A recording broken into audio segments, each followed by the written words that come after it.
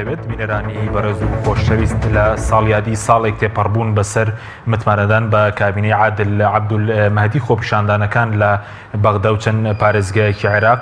دەست پێدەکاتەوە و بڕیارە ڕۆژهێنی خۆپیشاندانێکی بەرفراوانی جەماوەری ئەنجام بدرێ و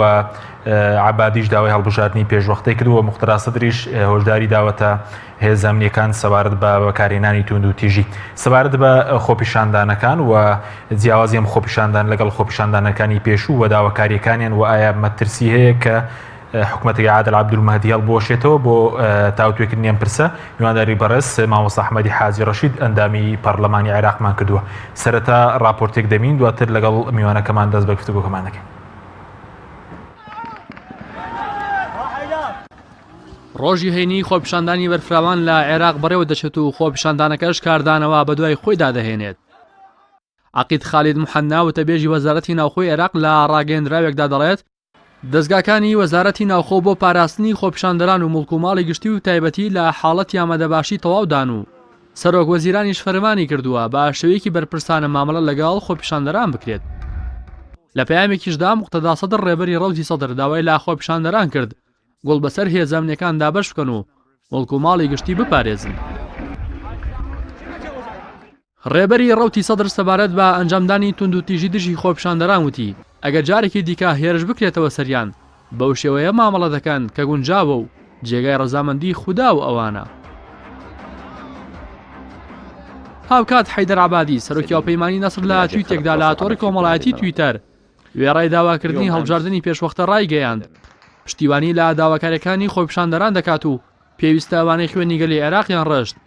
بدرێنە دادگا. دەستپێکردنەوەی خۆپیشاندانەکانی عێراق لە کاتێکدایە سەرەتای ئەم مانگە لە بەغدا و چەند پارێزگایەکی دیکە خۆپیشاندان ئەنجام درا. گرنگترین داواکاری خۆپیشاندەران خۆی لە دابینکردنی خزمەتگوزاری و هەلی کار و دژایەتی گەندەڵی دەبینیەوە. لە خۆپیشاندانەکانیش تند و تیژی لێکەوتەوە. بە پێی راپۆرتی لێکۆڵینەوەی حکوومەتی عێراق 149 هاوڵاتی کوژراون و 4207 دیکەش لە خۆپیشاندانەکان بریندار بوون. لە هەمان کاتیشدا 8 ئەندامی هێز ئەمنیەکان کوژراون و 1287 دیکەش بریندار بوون.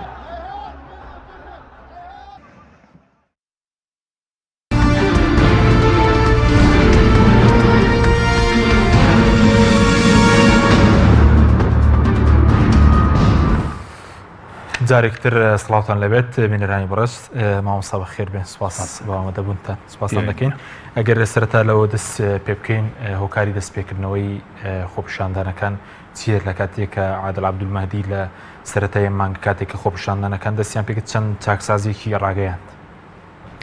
بەناوی خوای بەخشندەی میهرەبان سوپاس بۆ بەڕێستان سوپاس بۆ کەناوەپەیام. لە ڕاستیە ئەگەر باس بکەین حکوومەت بۆ دروست ئەبێ لە ئەساس و حکوومەت بریتە لەو عەقدەی لەو گرێبەستەی لە نێوان هاوڵاتیان و دەسەڵاتدا تاوەکو بتوانن ڕێکخەری کاروبارەکانی هاوڵاتیان بن بەوەی خۆشگوزەرانی بۆ تاکی هاوڵاتی مسۆگەر بکەن دەستە بەرکەن. بەڵام حکوومەتی عێراقی چ پێش 2003 غەیری نەهامەتی و قات و قڕی و کوشتن و زیندان و دەربەدەری نەبێ هیچی دیکەیان نەدی لە حکوومەتەکانی پێش 2003.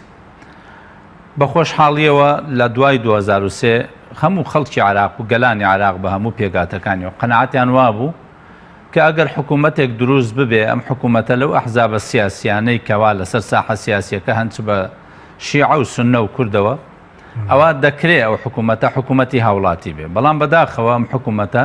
ساڵ لە دوای 2005 هەر حکوومەتێک هاتووە ئەوەی پێشتریان لەمەی دوای خۆی تا ئەندازەیەک باشتر بوو بێ لەوانەیە تا کارگەیشتە ئەوەی تەزویر لە پەرلەمان و لە ئەندامی پەرلەمان ناکرا. حکوومەت دروست بوو لەسەر ئەساسی لادان لە بنەما دەستوریەکان ئەو دەستورەی کە هەمووان دەنگیان لەسەر دابوو یا با بڵێن لە ساڵ 80 خەڵکی عێراق دەنگیان لەسەر ئەم دەستورەدا بوو. لە ساڵی 2002 ئیترێن حیلاف لەم دەستورا بەوەی کوتلەی ئەکبەر جگەلەوەی لە ئەم حکوومەتە نەیانتوانی حتا کوتلەی ئەکبەر حکوومەت پێک بێنێ بەوەی کە حکوومەتێکی تەوافقی یا شخصێکی تەوافقیان دۆزیەوە ئەویش بەڕێز عادل عەبدولمەهدیە کە بەداخەوە ئەم پیاوە پیاوێکە لە ئەساس و خۆی پیاوێکی پاکە لە ئەساس و پیاوێکی بیرمەندە لە ئەساس و پیاوێکە وەکو یەکێک لە محەلیلەکان باسی کردبوو دوای ئەوەی ئیستیقالەی کرد لە وەزارەتی نەوت لە کابینەکەی حەیدەر عەبادی لەسەر عادل عەبدولمەهدی نووسی بووی دەخەلە نەظیفەن وەخەرەجە نەظیفەن بە پاکی هاتە ناو حکوومەتەکەەوە بە پاکی لێی دەرچوو بەڵام بەداخەوە ئەم جارە قەتڵ و عامی ئەو هەموو خۆپیشاندەرە و ئەو برینداربوونی ئەو 4,000 کەسە و ئەو محەسەساتەی کە هەیە لە ناو حکوومەتی عراقیە و ئەو پشکێنە و حیزبێنە وای کردووە کەوا بەڵێنەکانی عادل عەبدولمەهدی هیچ کاریگەریەکی نەبێت لەسەر خۆپیشاندان چونکە لە 2005ەوە بەڵێنە درێ بە خەڵکی عراقی کە چاکسازیەکە بەڵام لە ئەنجامی ئەوەی کەوا تاکی هاوڵاتی بە تایبەتی ئەوانەی کەوا لە مەعانات ئاژین هەستیان بەوە کردووە کە ئەم حکوومەتانە تەنها کات بەسەرە بن و زیاتر مەسەلەی فەساد زیاترە بێ مەسەلەی پشکێنە و حیزب هەر لە دوێنەدا ئەو چاکسازیی کە باس کرا لە کۆبوونەوەی لە ئیعلانی پێشوویدا کە لە ناو پەرلەمانە کۆمەڵک وەزیر لابران مرەشەحی ئەو شوێنانە ئێستا هەر هەمان کوتلەی سیاسی خەڵکیان بۆ کاندید کردوتەوە کەواتە هەمان نظامی محەسەسەیان دووبارە تەرسیخ کردوتەوە بۆیە هاوڵاتی و تاکی عراقی ئەوانەی کەوا لە پشت خۆپیشاندانەوە بوون یا ئەوانەی خۆپیشاندەری حەقیقین تێگەیشتون لەوەی کە ئەم دەسەڵاتە سیاسی کە لە عێراقدا هەیە ناتوانێت حکوومەتی هاوڵاتی بێ بەڵکو ئەتوانێت حکوومەتی حیزب و تایفە بێ یا حکوومەتی نەتەوە بێ باشە بەس مامۆستا جارە داواکاری خۆپیشاندەران جیاوازە لەگەڵ جارەکانی پێشووتر چووکە پێشتر زیاتر داواکاری خزمەتگوزاری هەلی کار دابینکردنی خزمەتگوزاریایەتی گەندەڵی بوو ئەم جارە داواکاری سیاسیاتوتە ینی پێشەوە بۆ هەڵوەشانەوەی حکوومەت و لابردنی ئازام سەرۆکی پەرلەمان و سەرۆک کۆمار و ئەوانە خۆی هەمیشە لە خۆپیشاندانەکانە داواکاریەکان ئەگۆڕێن قۆناغ بە قۆناغ گۆڕاون سەرەتا فعلەن داخوازی با بڵێن خزمەتگوزاری بوو دوای خزمەتگوزاری بە کێ ئەکرێ بە حکوومەتێکرێت کە حکوومەتی هاوڵاتی بێ بۆ یەگەیشتنەوە قەناعەتەی کە ناتوانێت خزمەتگوزاری پێشکەشکە بۆیە داخوازیەکە و سەقفی مەطالیب بەرز بوویەوە بەهۆی کەوا ئەم حکوومەتە توانای ئەوەی نەماوە خزمەتگوزاری پێشکەشکە بۆیە داواکاریەکان لە مەطلبی شخصیوە یا چەند گروپێکەوە بۆ نمونە دامەزراندن هەبوو داواکاری دامەزراندن هەبوو بۆ خاوەن بڕوانامەکان بۆ ئەوانەی کە بەتاڵە بۆ ئەوانەی کە هیچ معیلێکیان نییە ئەمانە هەمووی داخوازی کەسی بوون یا با بڵێن داخوازی جۆرێک لە فئەیەک بوون یا چین و توێژێک بوون بەڵام دوای ئەوەی گەیشتنە و قەناعەتەی کە نەخێرم حکوومەتە حتا ناتوانێت وانەش جێبەجێ بکە بۆیە سەقفی مەطالیب بەرز بوویەوە بۆ ئەوەی ئەم حکوومەتە بێ دەست لە کار بکێشێتەوە و ئەوەی کە ئەم حکوومەتە بووەتە دەرەنجامی واتە ئەو هەڵبژاردنانە و ئەو پەرلەمانەی کە ئەم حکوومەتەی متمانە پێداوە ئەو پەرلەمانەش بووەتە هۆی ئەوەی کەوا حکوومەتێکی ئاواز زایف و لاواز بۆیە داواکاری هەڵوەشانەوەی پەرلەمانش لە ئەنجامە هەڵبژاردنەکەیش لە ئەساسۆ گزی و فزی تیاکرابوو بۆیە داواکاری ئەوەش هاتۆتە گۆڕێکە کۆمیسیۆنی باڵای هەڵبژاردنەکان نابێ و کۆمیسیۆنە باڵا حیزبێ بێ ئەبێ کۆمیسیۆنێک بێکەوە جیهاتی بۆ گۆڕینی کۆمیسیۆنی شەیە داواکاریەکان بۆ کۆمیسیۆن هەیە داواکاری بۆ حکوومەت هەیە بۆ پەرلەمان هەیە بۆ پرۆسەی سیاسی بە شێوەیەکی گشتی حتا داواکاری لەسەر ئەساسی دەستور دروست بووە حتا داواکاری مەسەن لە هەندێک بڕگەی دەستورە مەسەن هەندێک بڕگەی دەستور یەکێک لەو فەقەرە سەقەتانەی کە لەناو دەستوری عێراقا هەیەڵێ بۆ هەموو 100,000 کەسێک نوێنەرێک ئەبێ لە پەرلەمانی اتحادیە لەو کاتەی لە ساڵ 2005 عێراق لە دەوری 27 ملیۆن و ئەوانە بووە 250 کەس پەرلەمانتار بوون ئێستا بەرز بووەتەوە بۆ 329 واتە عێراق لە 37 ملیۆن لە 38 ملیۆن تێپەڕێکەواتە بێتە 380 لە دوای 10 ساڵی کە مەسن عێراق بێتە 50 ملیۆن کەواتە بێتە 500 کەس کەواتە ئەم فەقەرەیە ڕۆژ لە ڕۆژەم بڕگەیە زیادەکان لە کاتێکە عێراق پێویستی بە ئەوەندە پەرلەمان نییە ئەوەندە پەرلەمانتار نییە بە بڕوای من لە ئێستادا یەکێک لەو خاڵانەی کە ئەبێت ئیشی لەسەر بکرێت ئەو فەقەرە دەستوریەیە کە بۆ هەموو 100,000 کەسێک با بڵێن نوێنەرێکەیە ئەکرێ بوترێ بۆ هەموو 200,000 کەسێک نوێنەرێک هەبێ بەمەرجێ لەوەنە زیاد نەکە یعنی حەدی عەلای بۆ دابنێن چکە لە ڕاستیە 329 پەرلەمانتار زۆرە بۆ وڵاتێکی 30-40 ملیۆنی کە وەزعی دارایەکەی بەو شێوەیە نییە وەزعی پێگەی سیاسی و پێگەیشتنی سیاسی بەو شێوەیە نییە بۆیە بە قەناعەتی من 150 پەرلەما ینی ئەنجومەنی نوێنەران ئەکرا 150 نوێنەری تیابێ بۆی بابەتەکان ئەگەر قەناعەتمان وابێ ئەم وڵاتێکی فرە مەزهب و فرە ئەنتی و ئەوانەیە پێویست بەو ژمارە زۆرەی پەرلەمانتار ناکات چونکە ئەمە هەم بوونەتە بارگرانی بەسەر اقتصادی وڵاتەکەەوە ئەگەر ئەو بوارش لێک دەینەوە و هەم کەفاعەت لە ئەدای پەرلەمانە کەمە بێتەوە چونکە تا زۆر بێ تا خەڵکەکە با بڵێن فرە و زۆر بێ مستەوای پەرلەمانەکە لاوااستە بەس بەرزوتە دەوداواکارانی کە پێشتر هەبوون لە پەرلەمانیش دەنگیان لەسەر داواکاری خۆپیشاندەرانی ینی من هەر کاتی خۆی لە کاتی علی کار و مەسەلەن دروستکردنیەکەی نیشتەجێ بوون و بڕینەوەی پارە بۆ لە ڕاستیە من لە کاتی خۆیان لەسەرەوە نووسیم کە هەر بیدایەت چونکە من یەکەم دەنگم نەداوە بە هیچ وەزیرێک لەو کابینەی بەڕێز عادل عەبدولمەهدی تەنها دەنگم داوە بە بەرنامەی وەزاریەکە منهاجی وەزاریەکە ئەگینا هەر کاتی خۆی لەسەر بەڕێز عادل عەبدولمەهدی جوشتارێکم نووسی بوو کە لە معهدی واشنگتۆن بۆ سیاسەتی شەرقیەت بڵاو بووبیەوە کە ڕێیەکانی سەرکەوتن لە بەردەم عادل عەبدولمەهدیە بریتی بوو لەوەی کە یەکێک لە خاڵەکان کە ئێستا زۆر بیرمە بەوەی مەلەفی اقتصادیە بێ چارەسەر بکە مەلەفی اقتصادی چارەسەر نەکە عادل عەبدولمەهدی نەجاحەت نایەنێ بە بێ ینی تەرەدود عادل عەبدولمەهدی نەک مەلەفی اقتصادی چارەسەر نەکرد مەلەفی اقتصادی زیاتر ئاڵۆزتر کرد لە کاتێکە عادل عەبدولمەهدی پیاوێکی بەتوانایە لەو مەجالە ینی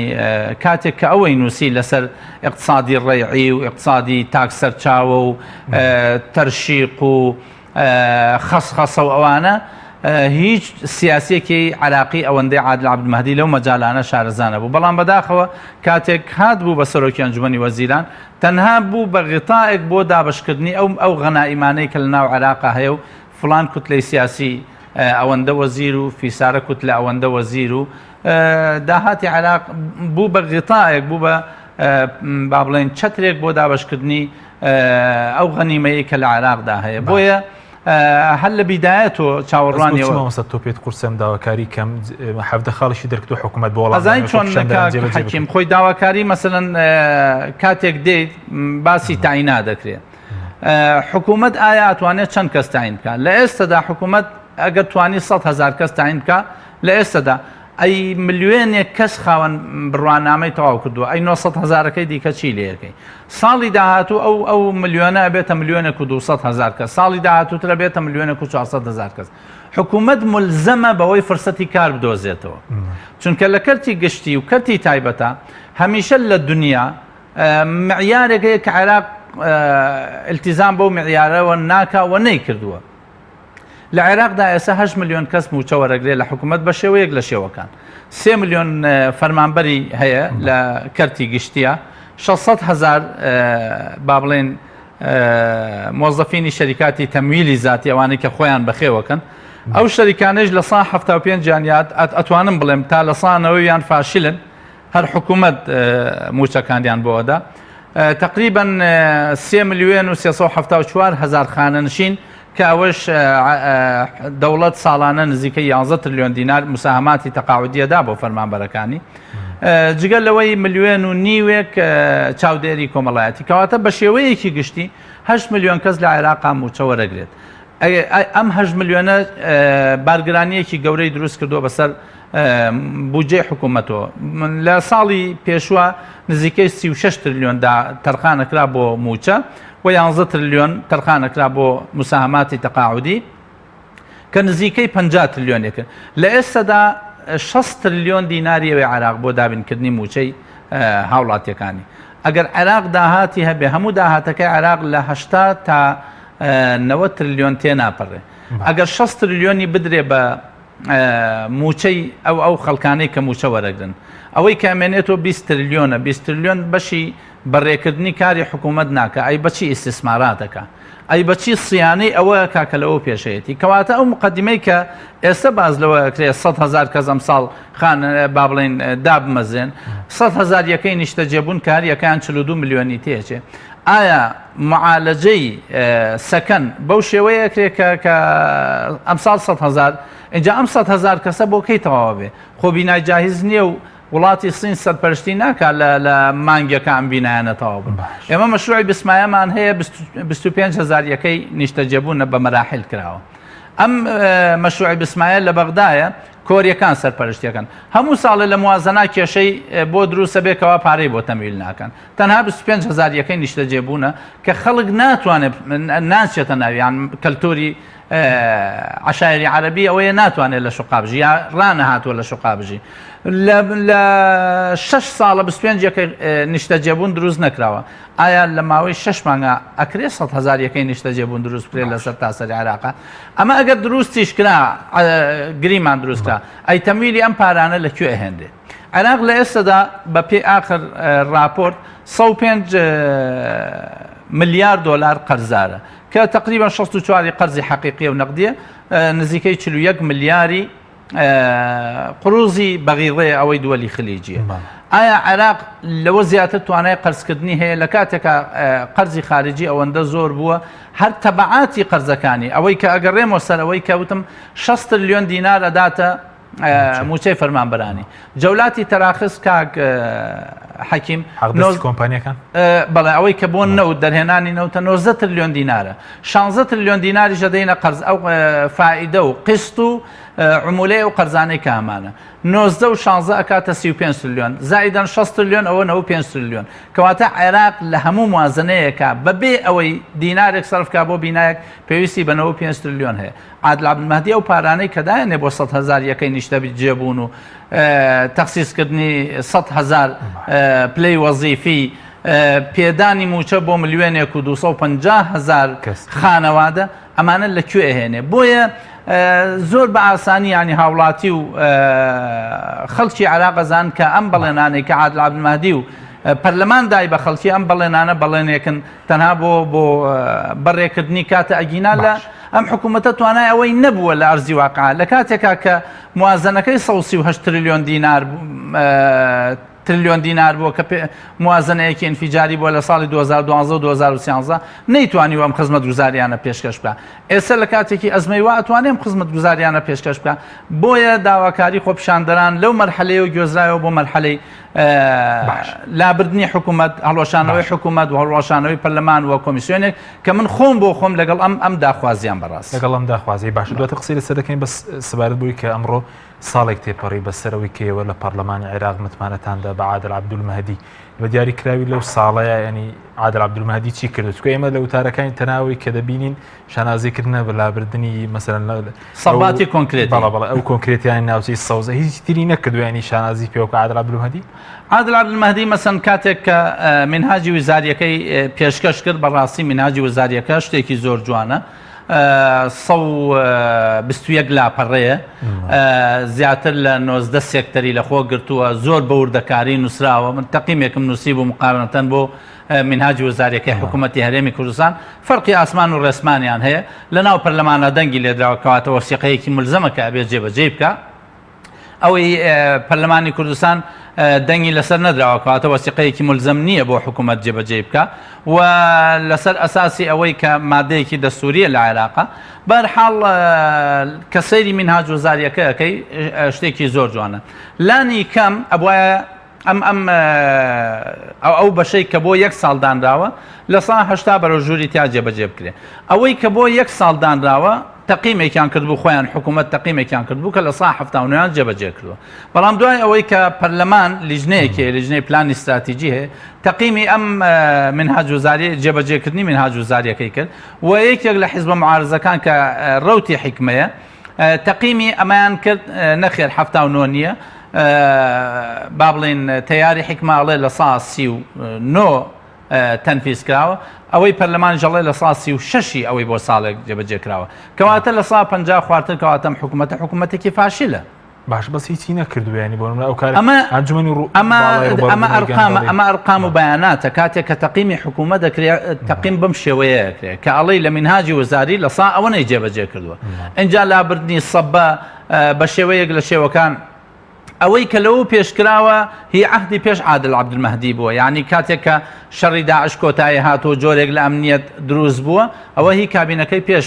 بەڕێز عادل عەبدولمەهدیە کاتێک کە باسەکەن لە احتیاطی نەقدی بەرز بووەتەوە احتیاطی نەقدی لەسەر 2 ئەساس بەرز بووەتەوە یەکەم گومان هەیە لە ئەو کوتلە نەقدیەی کە لەناو بانکی مەرکەزیە هەیە بانکی مەرکەزی هەر ئەمەی دابێتەوە بە عێراق و دۆلارەکانی لای خۆی گل دابێتەوە بۆیە احتیاطی نەقدی عێراقی ئێستا گەیشتۆتە 87 ملیار دلار ئەوەی کە شانازی پێوەکە کە مؤتەمەری مانحین لە کۆیت کۆبوونەوە 6 وڵات ئێستا سەحبیان کردووە لەوەی کەوا داخوازیەکانیان با بڵێن قەرز بدەن عێراق یا هاوکاری و منحەی عێراق بکەن بۆیە ناتوانین بڵێن عادل عەبدولمەهدی شتێکی مەلموسی کرد جگە لەوەی کەوا ئەوەی کە کراوە نەتاجی کابینەکەی پێش ئەو بۆ خەڵکی عێراقی بۆ کوردستان هیچی کردووە لە ماوەی ئەو لە ڕاستیە لە ماوەی ئەم ساڵام موچەی فەرمانبەرانی هەرێمی کوردستان بە تێر و تەسەلی دراوە ئەوەی کە لە ناو موازنە هەبووە جێبەجێ کراوە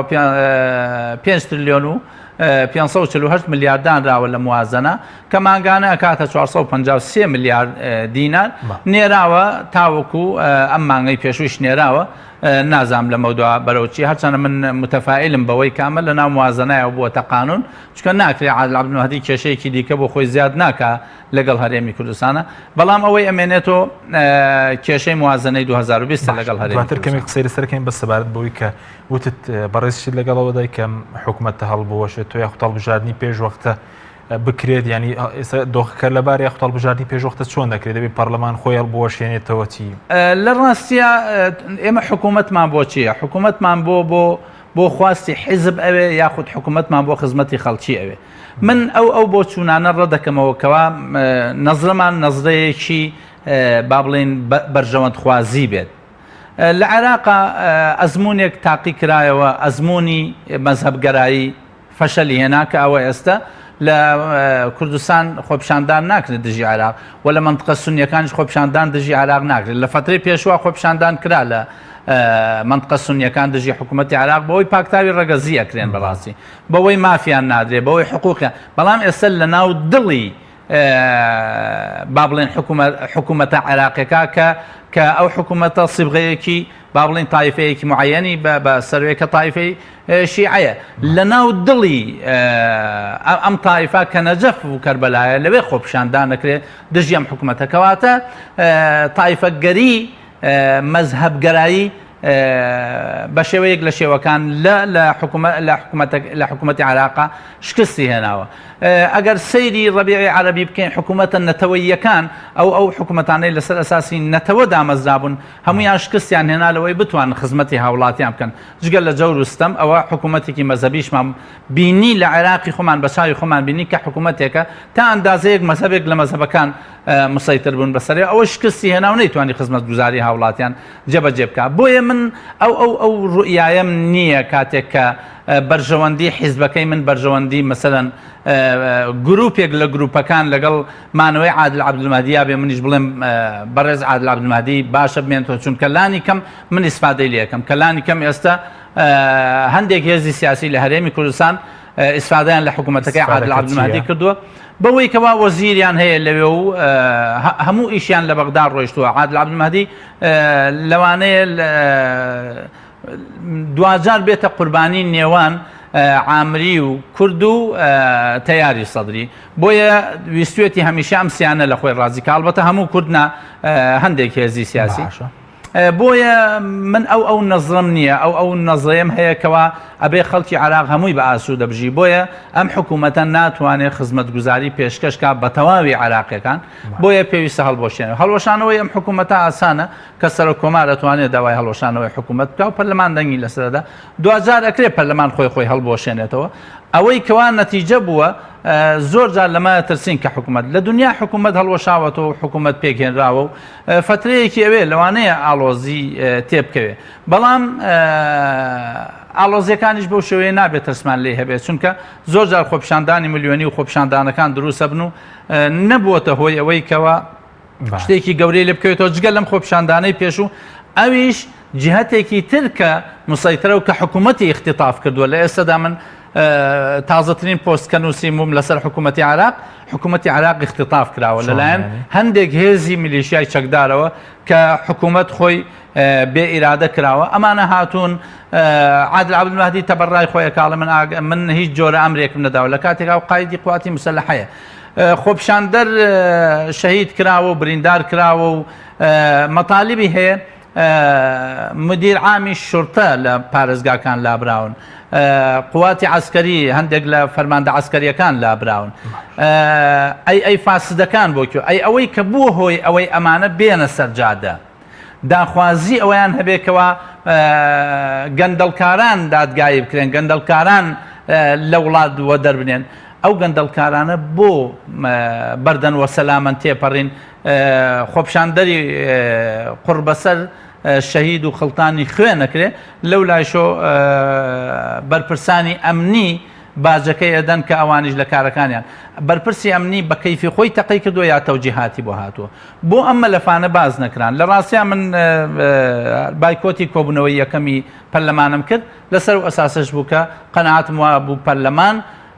ئەو ڕۆڵەی کە ئەیبینێ ڕۆڵی پینەکردنە ڕۆڵی چارەسەرکردن نییە بەڵایین دەنگدان لەسەر داواکاریکردنی خۆپشان ئەو داواکاریانە داواکاری بوون بۆ تەمریری مووقف بۆ درێژەکردنەوەی ئەو بارودۆخە و خۆپشاندەران دیار بوو قایل نەبوون بە داواکاری پەرلەمان و داواکاری بۆ پەرلەمان وتی ئەگەر داواکاری خۆپیشاندەران جێبنێ خۆم دێمە سەر جادە کێشەیەکەیە بەرپرسانی عراقی زۆر سەخاوەتمەندن لە شعاراتدانە لە ڕاستیە هەمووان باسی ئەوەیان نەکرد کە ئەبێ ئەم داخوازیانە من یەقینم هەیە کە بە سەرۆکی پەرلەمانەڵم یەقینم هەیە کە ناتوانە ئەو داخوازیانە جێبەجێ بکەن من بە بەڵگە بۆم باس کردی کە مەشروعی بسمایە 25,000 وحدەی سەکەنیە 8 ساڵە خەریکن تەواویان نەکردووە یعنی 100,000 یەکەی نیشتە جێبوون لەکوێتەوە بەس ئێستا کێناوانی بۆ پشتگیری مانەوەی عادل عەبدولمەدین کێناوانی کە ئێستا دژینیانی مەسلەی دژنا مەسئلەی ئەوانەی کەوا قەنەعەتیان وایە ئەم دۆخە بێ ئەگەر عادل عەبدولمەهدی نەمێنێ پشێوەی دروستە با چونکە لە ڕاستیە لێت نەشارمەوە مەشهەدەکە لە مەشهەدی شەڕێکی نێوخۆیی ئەچێت ینی هەندێک لە هێزەکان بە تایبەتی ئەو وتارەی بەڕێز موقتەدا سەدر بۆنی ئەوەی لێ دێ کە ئەگەر خۆپیشاندەران ئەم جارە تەقەیان لێ بکرێ سرای سەلام دێتە جواب کە ئەوانیش هەمان وەڵامیانە بێ قسەکانی بەڕێز موقتەدا سەدر بۆنی ئەوەی لێ دێ ئەگەر ئەمە دروست بێ ئەمە شەڕی ناوخۆی دروستە بێ شەڕی ناوخۆی خەتەرناکە لە عێراقا چونکە هەر لە ناو هێزە شیعەکانە 67 گروپی چەکدار هەیە کە لەژێر با بڵێن منزومەی هەیە حەشتی شعبیە کۆبوونەوە لە مەنتقە سونیەکان 39 گروپی حەشتی سنی هەیە حەشتی عەشایریان پێوترێ کە ئەمە خۆی بۆ خۆی قەزەیەکە ئەگەر ئاراستەکە بەو شێوەیە بێ کە بیانەوێ ئەمەی کەوا کاتی خۆی حەشتی شعبی نەیانتوانی هەڵی وەشێنەوە ئێستا بێن بەدیلێک بۆ ئەمە بدۆزنەوە کە حەشتی شعبی تەمان ئێستا لای شیعەکان باس لە حەشتی شعبی بە حەشتی مقەدەسەکرێ ئەم تەقدیسە لەبەر چاوی خەڵک لابن ئەوە بێ شەڕێکی ناوخۆیی دروست بکەن بۆ ئەوەی ئەم قەزیەیە هێزە چەکدارەکان مانوو و دوجار خەڵکی عراق بڕیان لەسەرەوە بدەن کە پێویستیان بە هێزی حەشتی شعبی نییە جێشێکیان نەوێت ئەو جێشەی خۆی سەدر کە داوای هەڵوەشانەوەی حکوومەت دەکات فەرموو داوای هەڵوەشانەوەی حکوومەت دەکە ینی خۆی بەشدار نییە لە حکوومەتەکە ینی پێشتیش لە خۆپیشاندنەکان داوای بەشدار نییە زۆربەی جمگە سەرەکیەکانی حکوومەت ئێستا لای گروپی سائرونە بڵین مەسەڵەن ئەبین عامی ئەنجومەنی وەزیران سائرونە ئەو وەزارەتانەی کەوا بەناو تیاری سەدری وتی با تۆکنۆقراتیان بۆ هەڵبژێرێ ڕاستە وەزیرەکە تۆکنۆقراتە بەڵام وەکیل وەزیرەکە و مدیر عامی وەزیرەکە سەر بە کوتلەی سائرونەوە هەموو ئەمرونەهیەکیان بەدەست ئەوانەیە بۆیە وەزارەت لە عێراقا بە مەغنەمە سەیرەکرێ ینی بە شێوەیەک لە شێوەکان بە مەزدەرێکی ئیستیسمار سەیرەکرێ ینی هەر حیزبێکی سیاسی لە عێراقدا کە وەزارەتێکی هەبوو ئیتر ئەو داهاتی ئەو وەزارتە هەمووی بۆ ئەوە بێ هەموو عقود بۆ ئەوە سەدر داوای چی دەوێت ئێستا بۆ نمادەم لە حکوومەتتا بەشدار بێ و سەدر زیاتر لەوەی کە هەیە خوازیارێت ینی ئەوێ بە تەواوی لە ئێستادا کوتلە یەکەمە لە ناو پەرلەمانە کە 56 کەس دوای بوو بە 56 بە شیوعیەکانەوە ئێستا سەدر قەنەعەتی وایە نەخێر ئەبێ زۆرینە پەرلەمانی ئەو بێت چونکە هەموو هێزێکی سیاسی ئەوە خولیایەتی کە دایمەن حەز لە زیاترەکە بۆیە سەدر نایشارێتەوە کە ئەوێ حکوومەت بڕوخێ چونکە بۆ فرسەتی دیکە گەڕێ کە بتوانێ هەم کوتلەکەی فراوان بکە هەم جونگەکانی زیاتر ئەوەم لەبیر نەچێکم قارنەیە بکەم کاتێک باسی دەوڵەتی عەمیقەکەین پێشتر لە ساڵ 90 بەرپرسانی حکوومەت حیزبی داوە بووە ئێستا سەدر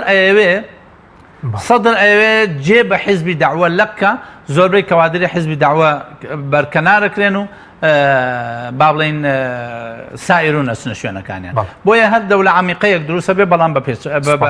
عەبایەکی دیکەوە. سپاس دەکەم. ناو بڕێکمانە دوایی قسە لەسەر کورد چۆن مامەڵە لەگەڵ ئەو خۆپیشاندنە کاریگەریەکانی لەسەر هەرێم چی دەبێ بەڵێ بینەرانی بەڕێز ناوبڕێکی کورد و دەگەڕێنەوە وڵاتە. تۆپ ئارت تاکە بریکاری تۆڕی میدیایی کۆمەڵ بۆ دروستکردن و بڵاوکردنەوەی ڕیکلام. تۆپ ئارت. ئایا تا ئێستا بیرت لەوە کردوتەوە کە ئینتەرنێتێکی بێسنوور بەکاربێنی یان بیرت لەوە کردوتەوە کە بۆ هەفتەیەک یان 2 هەفتە ئینتەرنێتی بێسنوور بەکاربێنی سەرڕای هەموو ئەمانە تا ئێستا بیرت لەوە کردوتەوە کە بۆ یاری ئەلکترۆنیەکان ئینتەرنێتی بێسنوور بەکاربێنی؟ بێگومان نەخێر، فانسی نێت هەموو ئەم کێشانەت بۆ چارەسەر دەکات. تۆش دەتوانیت بۆ ماوەی هەفتەیەک یان 2 هەفتە یان مانگێک بەردەوام بێسنوور لەگەڵمان بیت. ئێستا خزمەتگوزاریەکانمان لەم شوێنانە بەردەستە: سلەیمانی، شارباژێر، شارە زوور، هەڵەبجە، سەی سادق، عربەت، پێنجوێن، بازیان، تاسڵوجە و زەرگوێز. فانسی نێت، هەمیشە ئینتەرنێتی بێسنوور. کارگەی شربەتی خاڵقی گیرەوەی خاڵقی بە تامەکانی پرتەقاڵ، مێوەژ، هەنار، لیمۆ و مۆز و ئەنەناس بەرهەم دەهێنرێت. تەواوی تامە سروشتیەکانی شربەتی خاڵقی وێنەی باخێکی پڕمیوەیە. کارگەی شربەتی خاڵقی لەگەڵ 24 ساڵ ئەزمون و بەتامی سروشتی. ناونیشان سلێمانی ناوچەی پیشەسازی دوو پشت ئەلبیسەکە. کارگەی شربەتی خاڵقی. هەمومان حەزمان لە برنجە. برنجێک تامی ڕاستەقینەی برنجمان پێ ببەخشێت. بازار جمەی دێت لە برنج، بەڵام بژاردەی من برنجی دۆلفینسیە. بەتام و بۆن هاوشێوەی برنجی کوردیە. 100% سروشتیە. برنجی خڕی دۆلفینسی شێفە گەورەکان سەرسامەکات. بۆیە بێدوودڵی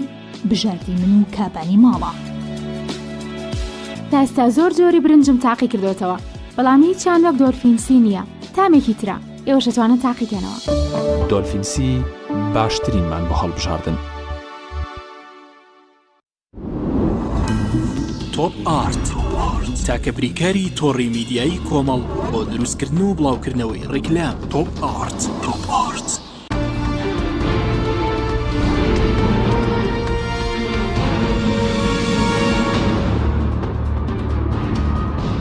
جارێکی تر سەڵاتان لەبێت بینەرانی بەڕێز ماوەستە بەر لەوەی کە بچین سەرەوەی کە لایەنە کوردەکان چۆن مامەڵە لەگەڵام پێشات و خۆپیشاندانەدا بکەن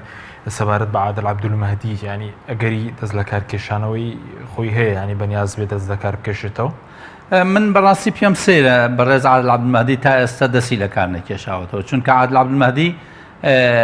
پیاوی مەرحەلە نەبوو بەڕاستی، و عادل عەبدولمەهدی یەکێک بوو لە سنبولەکان کە سنبولێکی سیاسی جوان بوو لە ناو عێراقدا، بەڵام لە ئەم حکوومەتە بوو بە ڕەمزی بکوژی خۆپیشاندەر، بوو بە ڕەمزی تەسیخکردنی چەمکی محاسەسە، بوو بە ڕەمزی لێنەپرسینەوەی گەندەڵکاران، پەردە پۆشکردنی ئەوانە، بۆیە بوو بە ڕەمزی تەراتێنی هەموو دەوڵەتە ئەقلیمیەکان لە ناو عێراق. هێز ئەمریکیەکان کشاونەوە لە سووریا بە ناو عێراقا هاتوون، هیچ حسابێکیان بۆ دەوڵەتی عێراقینە. سوپای تورکیا لە باشیک و لە هەندێک شوێن هەیە. مستەشارینی ئێرانی بە کەیف خۆیان تەراتێنەکەن بە ناو عێراقا. تارەی تورکی دێت لە ئەزمەر، تارەی بێفڕۆکەوان معارزەی ئەو وڵاتە تیرۆرەکە. تارەی ئیسرائیلی دێتە ئەدا لە بارگاکانی حەشتی شعبی و مەخازنیانە تەقێنێتەوە. ئەم وڵاتە سیادەی ئاسمانی بەدەست نەماوە، سیادەی ئەرزی بەدەست نەماوە، سیادەی بەحریشی بەدەست نەماوە. ئەگەر هەندێک فیلمی دۆکومنتاری هەن یا هەندێک تەسریبی ڤیدیۆ هەن کە لەناو لە بەحری با بڵێن لە خلیج لە شەط العەرەب لەوێ کۆمەڵێک باخیرە هەن لەوێ هەر نەوتی عێراق ئەدزرێت لەناو باخیرەکان و غاز و نەوت دەدزرێ و دوای هێنەوەی فرۆشتنەوە بە عێراقیەکان، کەواتە عێراق وڵاتێکە سیادەی نەماوە. ئەویش لەو کاتێک کە عادل عەبدولمەهدی کرد سەیرانی پێدوە بۆ مێژوو خۆی باشتر بوو، دەستی بۆ مێژووی خۆی باشتر بوو کە دەست لە کار بکێشێتەوە هەموو تەحملی ئەم مەسائلانە تا ئەو ڕۆژەی عادل عەبدولمەهدی لە ژیاندا بێ کوشتنی خۆپیشاندەران مەلەفە بووی؟ لە ئەستۆی ئەوە چونکە ئەو قایدی قواتی مسلحەیە، ئەو ڕئیسی مەجلیسی وزەرایە، ئەو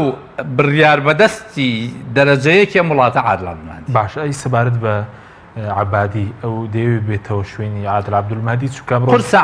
عبادی بگەڕێتەوە شوێنەکەی خۆی هەرچەنە حەزی لەوەیە و ئیشیشی بۆکە، بەڵام پێم وایە قورسە تازە عبادی بتوانێت بگەڕێتەوە ئەو پۆستە، چونکە عێراق تەبیعەتێکی هەیە شخصێک دوو جار دووبارە ناکاتەوە، یعنی عبادی ژەوەنە ئیمتیازات و ئەوەنە با بڵێن نەیتوانیوە لە عێراقا ئەو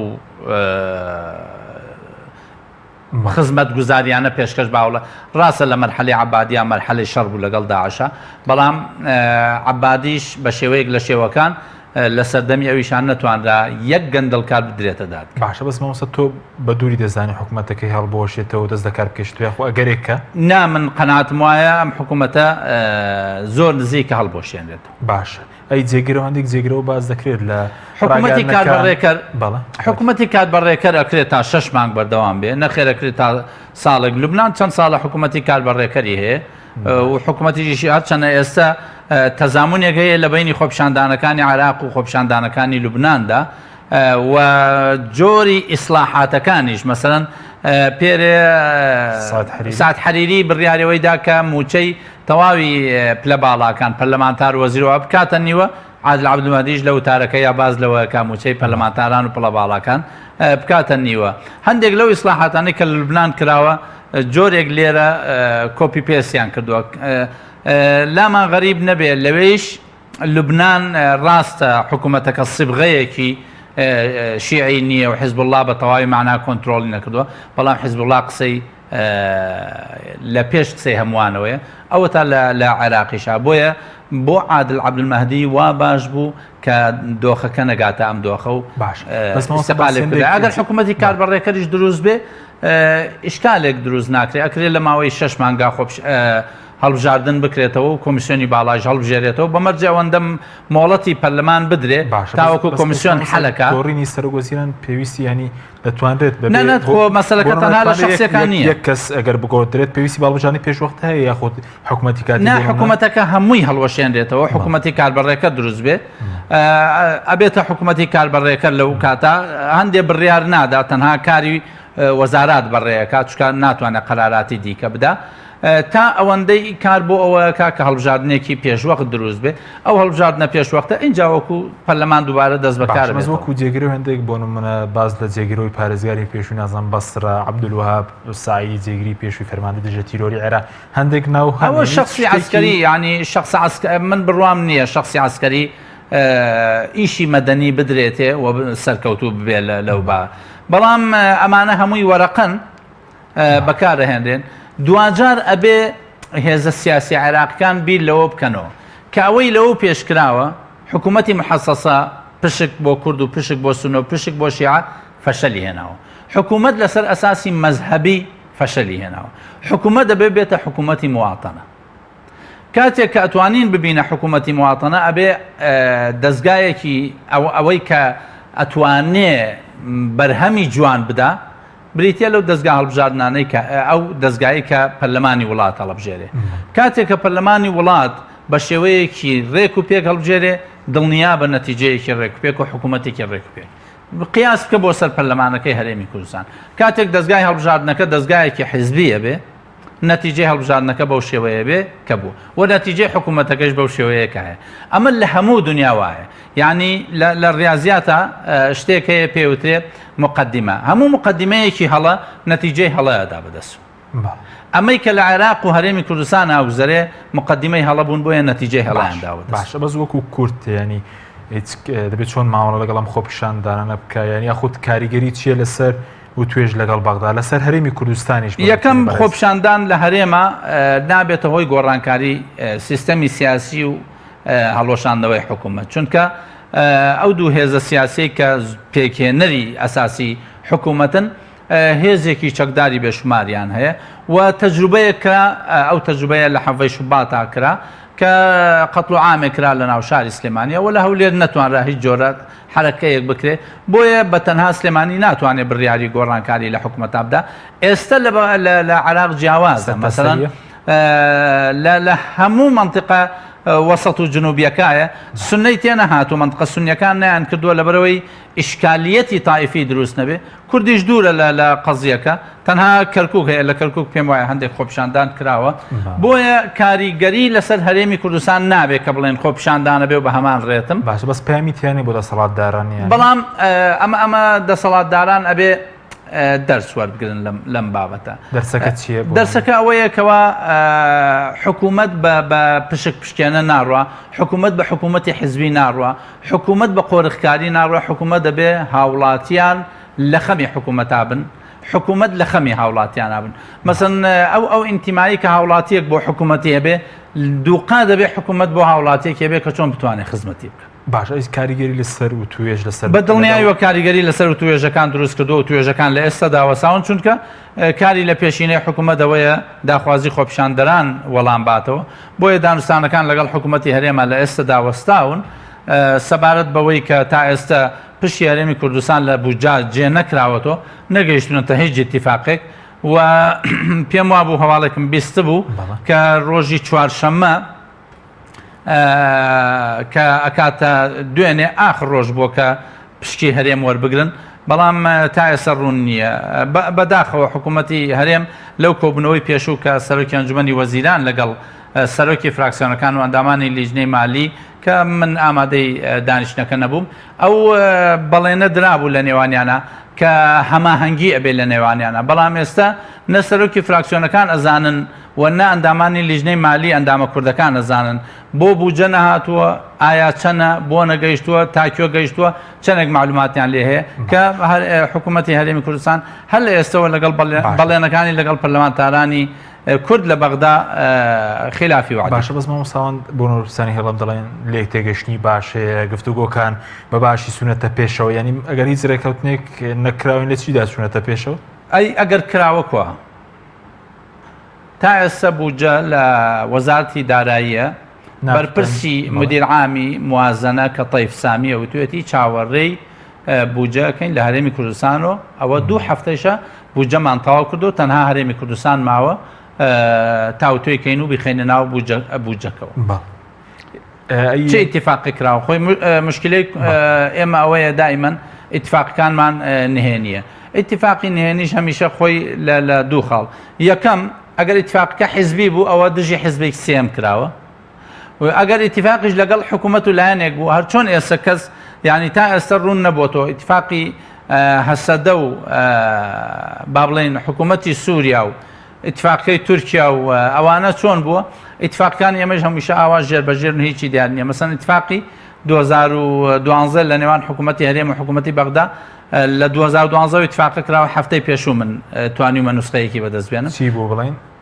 کە ئیتفاقێک چۆن واژوو کراوە لە ماوەیە بڵاویەکەمەوە چ لا سەنگیەکی تایە بۆ ئەوەی هاوڵاتی کورد بزانێ کاتێک کە باسەکەن بەرەو پێشچوونی باش چووە من ئیتفاقکە عەرزەکەم بۆ هاوڵاتیان خۆیان حاکم بن لەسەریکەوە نوێنەرەکانی کورد چۆن بەشداریان کردووە لەو ئیتفاقە بۆ ئیتفاقە چۆن هاتووەتە بەرهەم ئیتفاقی 2015 من لە بیرمە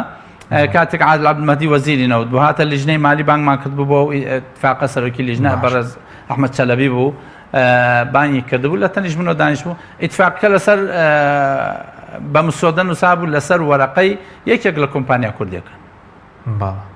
وە لە هەوڵی ئەوان بەدەستی بێن باشە بەس ئێستا تا ئێستا بجە نەگەشتە ئەنجومەنی وەزیران دەبێتە پەرلەمانیش ئەبێ لە وەزارەتی دارایی تەواو بێ باش قۆناغی دووەمی لە ئەنجومەنی وەزیرانە بێ هەموو ئەو وەزیرەکان کۆبنەوە مناقەشە بکرێ هەموو وەزیرێک پشتی وەزارەتەکەی بزانێ بۆی نیگەرانی خۆی یا تەحەفوزی خۆی پیشان بە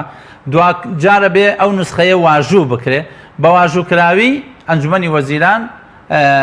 ئەبێتە مەشروعی ئەنجومەنی وەزیران مەشروعەکە دێتە پەرلەمان تا ئێستا کەی بێت بە پێیاسە بۆ پەرلەمان ئەبوایە دەیدە بەهاتایەتە پەرلەمان لە ئێستادا 13 ڕۆژ دواکەوتوە باش زۆر باشە بەس سەبارەت بە مەسەلەی موچەی فەرمانبەرانیانی پێ ئەو مانگەی کەماوە بۆنم ئێستا مانگی سیوێکی 12 قەناعەتم وایە موچەی فەرمانبەرانی هەرێم بەبێ مشکلە دێت بەبێ مشکلە چونکەوە ئەگەر بشگۆڕدرێت عادل عەبدولمەهدی یاخود کێشەشی بۆ دروست بێت ئەوە مەسەن چوارچێوەی موازنە جێبەجێکرێت لە ناو موازنە ئەوە هاتووە هەرچەندە با بڵێن لەم ئیسلاحاتانەی کە قەرار بوو ئەمڕۆ عادل عەبدولمەهدی ئیعلانی بکاوە قەرار بوو لە ڕۆژی شەممە لە ناو پەرلەمانە هەندێک لە وەزیرەکان لابن پێم وایە یەکێک لە وەزیرە کوردەکانیش بەر ئەو چاکسازی و پاکسازی و لابردنەکەوێ کە تا ئێستا ناوەکەی دیارە با بڵێن نزیکە لە کاروباری دارایی بڵاو نەکراوەتەوە وەزیرێکی کوردی تایە بە هەرحاڵ لەو وەزیرانەی کە لابرێ کە ئەوەش خۆی بۆ خۆی جۆرێکە لە شکاندنی شکۆی خەڵک تۆ ئەگەر شتێک لەسەر وەزیرێک ساغ نەبێتەوە لەسەر چ ئەساسێک لایەبەی کاڵی ئەوە چاکسازیە ئیدەن بەبێ ئەوەی بەڵگەکان بخەیتە بەردەستی خەڵک یا ئەو وەزیرە توانێت دیفاعکردنی لە خۆی هەبێ تۆ بڵێ لەسەر چاکسازی کەواتە وەزیرە ئۆتۆماتیکیێنیت لەسەر فەساد لابراوە هەر وەزیرێکی کورد لەو سیانە لابرێ لەسەر فەساد لابراوە چکە ناونراوە چاکسازی باشێنی بەس نێو معلوماتە هەنێویشی وەزیری کوردیش تێدایم بەڵە وەزیرێکی کوردی ئەوەی من بیستمە وەزیرێکی کوردی تایە باشە بەس وتت بۆم ساڵ کێشی ناوێ بە کورتی بۆ ساڵی داهاتوو دەبێت چی بکرێت کە تا ئێستا هیچ نەکراوە ئەگەر موازنە لە کاتی خۆیان تێ بپەڕێ ئەوە ئیتفاقەکە دەورە بینە ئایا ئیتفاق کراوە یانە ئەگەر ئیتفاق نەکرێ بەڕاستی ترس هەیە بەڵام پێم وایە ئیتفاق ئەکرێت و ئەوەی کە ئێمە بیستین بە شێوەیەک لە شێوەکان حکوومەتی هەرێم ئامادەیە نەود ڕادەست بکە ئەمێنێتەوە سەر ئەوەی کە بوجە تێنەپەڕێکە ئەوە لەوانەیە لە بەرژەوەندی چۆن نەوتەکە تەسلیم کە ینی بە شێوەیەک 250,000 بەرمیل تەسلیم کە ئێستا قسە هەیە لەسەرەوەی پارەکەی تەسلیمکە یاخود نەوتەکە لە عێراق دوو ئەگەر هەیە ئەگەر پارەکە تەسلیمکە بۆ هەرێمی کوردستان باشە چکەوە زۆرێکە لە ئاعترافکردن بەوەی عێراق هەرێمە توانێت نەوتی خۆی بەسەر بەخۆ بفرۆشێ و ئیسفادەیەکی دیکەشی بۆ تورکیا بێ باش ئەگەر نەخێت تەسلیمی بکە ئەوە بە شێوەیەک لە شێوەکان دیارە عێراق ڕازی نابێت لەسەرەوەی لە خارجی سۆمۆ کەس نەوتی عێراق مامەڵە پێوە بکە بەڵام ئەگەر لە ئەساس و بوجە تەصدیق نەکرێت ئەوە لە بوجە 112 بێت جێبەجێکرێت ساڵی پار چی کراوە نەفەقاتی فعلی ساڵی پار هەموو مانگە 112 یەکێک لەوانە موچەیە کەواتە ئەبێ موچە بۆ هەرێمی کوردستان بنێت مامۆستایانی بەڕێز دڕاشکاوی لەگەڵ خەڵک ئەو داواکارانی کە حکوومەت هێرێمی بوو مەسەلەی دانەوەی قەرزەکانی مەسەلەی حەقدەستی کۆمپانیەکان عێراق هەمووانەی ڕەت کردوەوە لە ڕاستیە مەسئلەی قەرز لە دەستوری شاهاتووە و لە قانونی ئیداری مالی شاهاتووە هەرێم بۆی نییە قەرز بکە لە دەستوریشە مەسەن لە یەکێکە لە سەلاحیاتی حەسری تاکە مادەیە هەموو ئەوانەی لە سەلاحیاتی حەسری هاتووەڵێ تەنظیمی سیاسی خارجی تەنظیمی تەرەدود تەنظیمی میە هەموو ئەوانە بەڵام بۆ مەسئلەی قەرزەڵێ ئیبرامها وتەوقیعها اتفاقێکە و واژووکردنیشی لە سەلاحیەتی حکوومەتی ئیتیحادیە کەواتە هەرێم ناتوانێت بەپێی دەستور قەرز بکە قانونی ئیدارەی مالی ئەڵێ هەرێمەکان بۆیان هەیە قەرز بکەن بە موافقەتی وەزیری دارایی ئیتیحادی و دوایی قەرزەکانیش هەرێمە بێ بیداتەوە قستی فائیدەی بۆڵێ بە ئاگاداری بۆ ئەوەی بزانێ ئەم هەرێمە لەسەر چه ئەساسێکم قەرزەکە بۆیە دوورە عێراق خۆی ئەوەندە ملیار قەرزارە ئێستا 24 میلیارد دلار ئەوان وتیان پاشەکەوتی موچەی فەرمانبەرانی ئەوە یعنی قسەیەکە ئەو کەسەی کە باز لەوەیەکە کە ئەبێ عێراق قەرزەکان بداتەوە لە ڕاستی لە نظامی مالی تێ نەگەیشتووە لە نظامی سیاسی تێ نەگەیشتووە و نازانێت سیاست پاش و پێشی لەکوێیەوەکەوە هەرێمێک قەرز بکاتۆ بڵێ وڵا دەوڵەتەکە بێ بیداتەوە سەبارەت بە نەوت لەوانەیە ئاسانتر بێ لە قەرز بەڵام کێشەیەکی دیکە هەیە کێشەی داهاتە ئیتیحادیەکانە کە خۆی لە مەنافزی حدودی ئەبینێتەوە کە ئەوەش وەسیقەیەکم لایە کە بەڕێزاوی دەکە کە تەسلیم بکرێت کاظم العقابی وەسیقەیەکی ناردووە بۆ عادل عەبدولمەهدی سەبارەت بەو بابەتە دەڵێ چی کاظم العقابی کە بەڕێوەبەری خاڵە سنووریەکانی عێراقە لە هەفتەی داهاتووە ئەگەر وەسیقەکەم لە بەردەستە بەس لە بەغدایە ناتوانانی هەندێک خاڵی ئاماژ با ئەو کاتە خۆتانەی بینن لە ڕێگەی سپاس بۆ بەڕێز مامۆستا ئەحمەدی حاجی ڕەشید سپاس بۆ ئامادەبوونتان سپاس بۆ بینەرانی بەڕێز سپاس بۆ هاوکارانم تا بەرنامێکی دیکە خواتان لەگەڵ